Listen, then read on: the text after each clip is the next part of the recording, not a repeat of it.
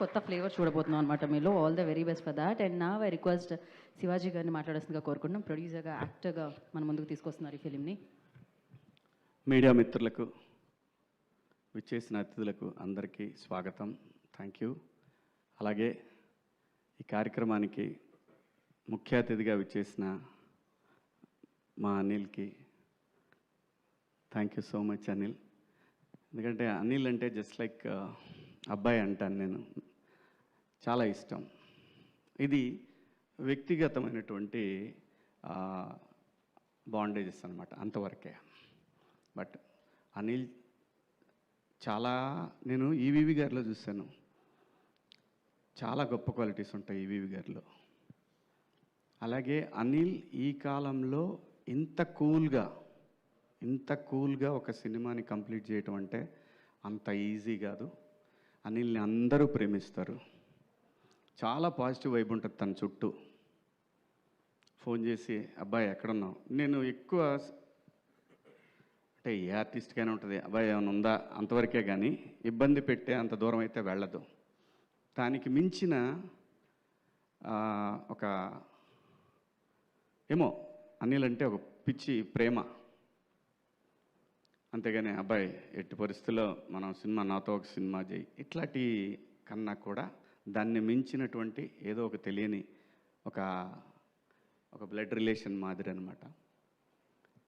పైగా తను ఎప్పుడూ ఇబ్బంది పడొద్దు అని ఎక్కువ కోరుకుంటాను. తన సక్సెస్ని డెఫినెట్గా మా అనిల్కి తెలుసు. తన పబ్లిసిటీ అనౌన్స్ చేసిన దగ్గర నుంచి నేను బలంగా కోరుకుంటా, ఎట్టి పరిస్థితులు ఎక్కడా కూడా ఒక నెగిటివ్ థాట్ రాకూడదు ఎవరికి కూడా అనేది. ఎందుకంటే తనంత మంచివాడు కాబట్టి, లేకపోతే రాదేమో. తనంత మంచివాడు, మంచి టెక్నీషియన్, మంచి టాలెంటెడ్. బాస్కి ఆల్ టైమ్ రికార్డ్ ఇచ్చాడంటే సామాన్యమైన విషయం కాదు. అలాగే ఇంకా చాలా హిట్లు ఇస్తాండి ఈవీవి గారు. మీరు కృష్ణారెడ్డి గారు ఎలాగైతే వాళ్ళు ఫీల్డ్లో ఉన్నంతవరకు ఎలా హిట్లు కొట్టారు, ఖచ్చితంగా నాన్ స్టాప్ హిట్లు ఖచ్చితంగా కొడతాడు. మనం చూస్తాం భవిష్యత్తులో. నేను అనుకుంటున్నాను, ఎందుకంటే అట్లా లోపలికి వస్తున్నప్పుడు అక్కడ ఫోటో ఉంటుంది అనిల్ది, కింద చాలా ఫోటోలు ఉన్నాయి, కానీ ఆ ఫోటోలు చూసినప్పుడు అనిపించింది అబ్బాయి ఎప్పుడో హీరో అవుతాడు అనుకున్నా.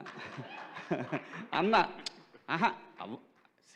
ఇక్కడ ఎవరు ఏం మాట్లాడుకున్నా, ఎవరు ఏం కావాలనేది కళామ తల్లి నిర్ణయిస్తుంది. జస్ట్ ఒక ఫీలింగ్ వచ్చింది నాకు అట్లా లోపలికి వచ్చినప్పుడు. అదే చెప్పా ఇక్కడ కూర్చున్నప్పుడు, ఎందుకో అనిపించింది అని చెప్పాను. ఖచ్చితంగా అవ్వాలండి. వాళ్ళ తమిళ్లో అందరూ డైరెక్టర్లు చాలామంది హీరోలుగా చేస్తున్నారు, ఎందుకు అవ్వకూడదు? అయితే తప్పేంటి? ఆర్టిస్టులు డైరెక్టర్లు అవ్వచ్చు. రామారావు గారు hero, director, producer, makeup man, ఎన్ని చేశాడు రామారావు గారు. ఇచ్చేయి సినిమా రీమేక్ కూడా చెప్పాను ఇందాకనే. ఇచ్చేసాయి. అలీ గారు ప్రొడ్యూసర్గా. అమ్మ హీరో ఎవరో చెప్పను, ఎందుకంటే మళ్ళీ ఇప్పుడు జిద్ద మొదలు పెడతారు, లేనిపోయింది మనకి వాళ్ళ. సో థ్యాంక్ యూ అండి. నా సినిమా గురించి మాట్లాడేదాన్ని నేనైతే మాత్రం ఒకటి గ్యారంటీగా చెప్పగలను. నేను నిర్మాతగా నాకు బాపినీడి గారు ఒక బాధ్యత అప్పచెప్పారు. కథ విని సాయి గారు వాళ్ళ టీం ఒక బాధ్యత అప్పచెప్పారు.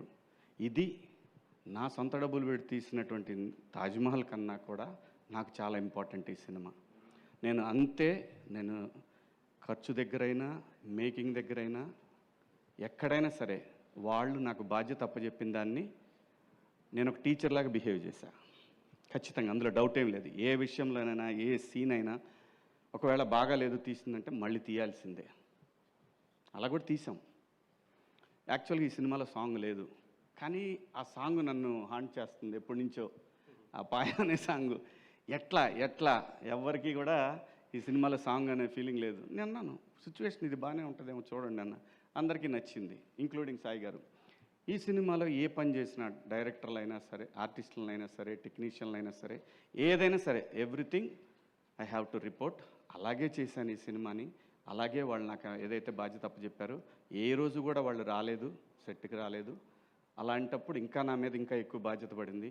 మా నితిన్ గారు కానీ, అలాగే మన సాయి కిషోరు, సుహృత్తు, వీళ్ళందరూ కూడా మాకు ప్రమోషన్స్కి వచ్చేసరికి మనోడి పేరు మర్చిపోతాను, మార్కెటింగ్ యువకాంత్ తను, అలాగే ఇంకా మా మహా అయితే ఇప్పుడు 1990s నుంచి పరిచయం నాకు. అందరూ కూడా ప్రతి ఒక్కటి కూడా అది ఒక పెద్ద టీం వర్క్ కంపెనీ అండి. అంతేగాని అక్కడ ఎవ్వరు బాస్లు అవి ఏముండదు, ఎవరి పని వాళ్ళు చేయాల్సిందే. అలాంటి ఒక కంపెనీతో నాకు ఎప్పటికీ విడదీయలేని బంధం ఏర్పడింది. ముఖ్యంగా దీనికి కారకులు బాపినీడి గారు. ఆయన ఎప్పుడు తలుచుకుంటానే ఉంటాను. ఆయన ఒక మాట అనబట్టే ఈరోజు నేను ఇక్కడ నిలబడి మళ్ళీ ఆర్టిస్ట్గా ఇంత బిజీ అయిపోయి వరుసన హిట్లు పడ్డాయంటే కారణం ఏదో చాలామంది కోరుకున్నారు, నువ్వు ఆర్టిస్ట్గా ఉండాలి, నువ్వు ఆర్టిస్ట్. అలా నన్ను రీఎంట్రీ ఇచ్చింది బాపినీడి గారు. బిగ్ బాస్, ఆ తర్వాత కోర్టు, ఆ తర్వాత దండోరా, ఆ తర్వాత బిగ్ బాస్ బజ్జు, ఏది కూడా ఎక్కడా కూడా నాకు ఒక్క నెగిటివ్ ఇది కూడా రాలేదు. ఈ సినిమా కూడా ఖచ్చితంగా, ఎందుకంటే మా అబ్బాయికి టైం లేదు కాబట్టి నేను చూపించలేకపోయాను. సినిమా ఖచ్చితంగా చూపిస్తాను, రిలీజ్ ముందే చూపిస్తాను. ట్రైలర్ చూసి చాలా చాలా బాగుందని చెప్పాడు. ఏదున్నా సరే అనిల్, ఏదన్నా అవకాశం ఉంటే అనేది ఈ ఇండస్ట్రీలో ఎవరు నన్ను అడుగుతాను అని అంటే నేను, ఎందుకంటే నేను ఎవరిని అడగలేనండి, అది ఒక అనిల్ని. అలాగే ఈ సినిమాలో ఒక సాంగ్ కోసం నేను చాలా ఆలోచించాం, కానీ సడన్గా బండ్ల గణేష్ అన్న అనే థాట్ వచ్చిందంటే మా అబ్బాయి రిక్కీ థాట్ అనమాట అది. రిక్కీ చెప్తే అప్పుడు నేను వెళ్ళి గణేష్ అన్నని అడిగాను. పాట విని అరే చేసేద్దాం అన్నాడు. అంటే ఆర్టిస్ట్గా ఏమీ ఇవ్వకుండా ఎవరితో పని చేయించుకోకూడదండి. ఆర్టిస్ట్ అనే కాదు, ఎవరితో నేను ఏ పని చేయించుకోలేదు. నేను ఎంత బతిమిలాడినా నా దగ్గర రూపాయి ఇస్తే, ఎందుకంటే తనకి నేను చాలా రుణపడి ఉన్నాను. ఎప్పుడు ఇండస్ట్రీకి వచ్చినప్పటి నుంచే గణేష్ అన్నకి నేను రుణపడి ఉన్నాను. ఖచ్చితంగా తీర్చుకుంటా. ఎవరి రుణం తీర్చుకోకుండా మాత్రం ఇక్కడి నుంచి వెళ్ళాం, మనం తీర్చుకొనే వెళ్తాను. ఇంకా ఈ సినిమా టెక్నీషియన్స్కి వచ్చేసరికి సుధీర్ కథ తీసుకొని వచ్చాడు. కొత్త కుర్రాడు, నాకు తెలుసు. ఆ సైకిల్ దొక్కేటప్పుడు నేర్చుకునే ఆ ఇబ్బందులు ఉంటాయి కదా, ఒక్కోసారి సరిగ్గా తోలు, పట్టుకో, హ్యాండిల్ పట్టుకో, ఇలాంటివి ఉంటాయి. సో వాళ్ళకి తెలుసు ఇలాంటివి అన్నీ కూడా. ఎందుకంటే తను చెప్పిన టెక్నీషియన్లే పెట్టుకున్నా మళ్ళీ. ఎందుకంటే నేనంటే వాళ్ళు క్లోజ్ అయితే బాగా వస్తుంది అవుట్పుట్. అది కెమెరామెన్ అయినా, ఎడిటర్ అయినా, ఎవరైనా సరే అందరినీ తనకి ఇష్టమైన టెక్నీషియన్లను పెట్టాను. అలాగే మ్యూజిక్ డైరెక్టర్ వచ్చేసి బ్యాక్గ్రౌండ్ స్కోర్ రంజిన్ రాజ్ అని చెప్పి, తను మలయాళీ అనమాట. అద్భుతంగా చేశాడు. ఈ సినిమాని సక్సెస్లో 50% అతనికి క్రెడిట్ వెళ్తుంది ఖచ్చితంగా. 100%, నో సెకండ్ థాటే లేదు. సినిమా ప్రతి ఒక్కళ్ళకి నచ్చుతుంది. మా ఇద్దరి కాంబినేషన్ నచ్చుతుంది, మళ్ళీ మా ఇద్దరి కాంబినేషన్ నచ్చుతుంది, అలాగే మా ఇద్దరి కాంబినేషన్ నచ్చుతుంది. ఎందుకంటే ఆలీ అన్న ఈ ఇండస్ట్రీకి వచ్చినప్పటి నుంచి నాకు పరిచయం. నన్ను ఒక సొంత తమ్ముడి కన్నా ఎక్కువగా చూసుకున్నాడు ఆలీ అన్న. అప్పటి నుంచి కూడా ఫ్రమ్ ద బిగినింగ్, నేను 96 నుంచి నేను ఆలీ అన్నతో నా జర్నీ.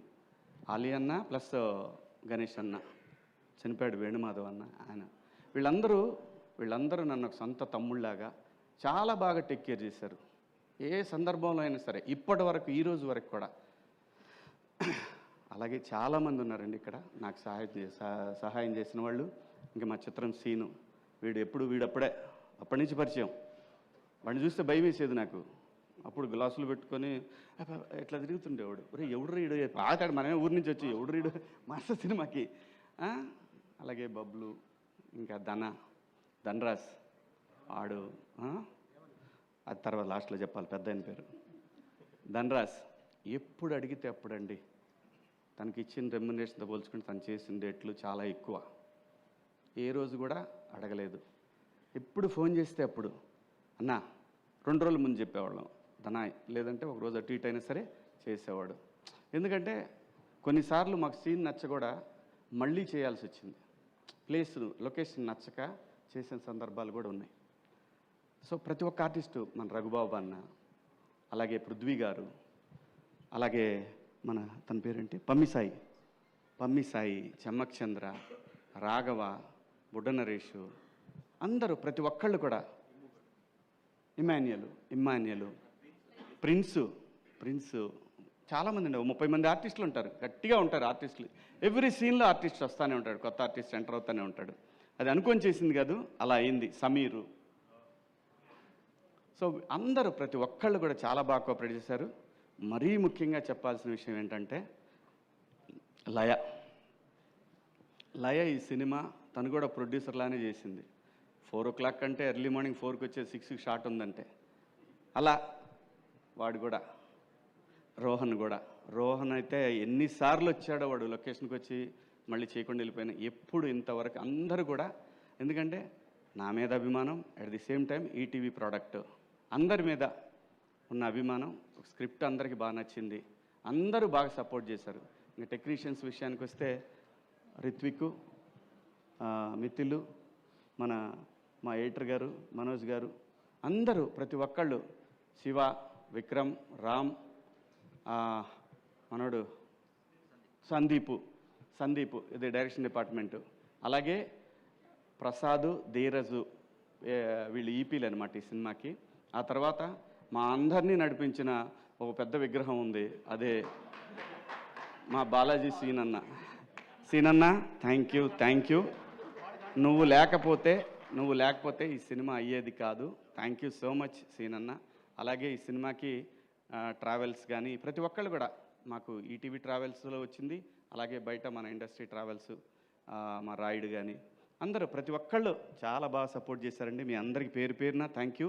ఇంకెవరినన్నా మర్చిపోయి ఉంటే, ఇంకెవరన్నా మర్చిపోలేదుగా, మనం ఒకే ఒక్క వ్యక్తిని మర్చిపోయానండి. అప్పటి నుంచి ఇప్పటి వరకు, నేను ఇండస్ట్రీకి వచ్చిన దగ్గర నుంచి ఈ రోజు వరకు నాకు ఇండస్ట్రీలో అతి ముఖ్యమైన ఫ్రెండ్స్లో ఒక ఫ్రెండ్ మా కమల్, మిత్రుడు కమల్.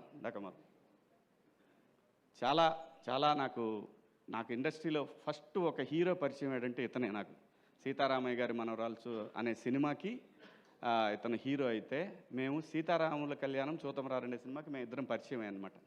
అప్పటి నుంచి ఈ రోజు వరకు నాతో ప్రతిరోజు ఫోన్ మాట్లాడుకొని ఉండడు. చాలా మంచోడు, మంచి ఆర్టిస్టు. మన దండోరాలో ఇతనికి చాలా మంచి పేరు వచ్చింది, రంగామామ. Thank you Kamal, thank you so much.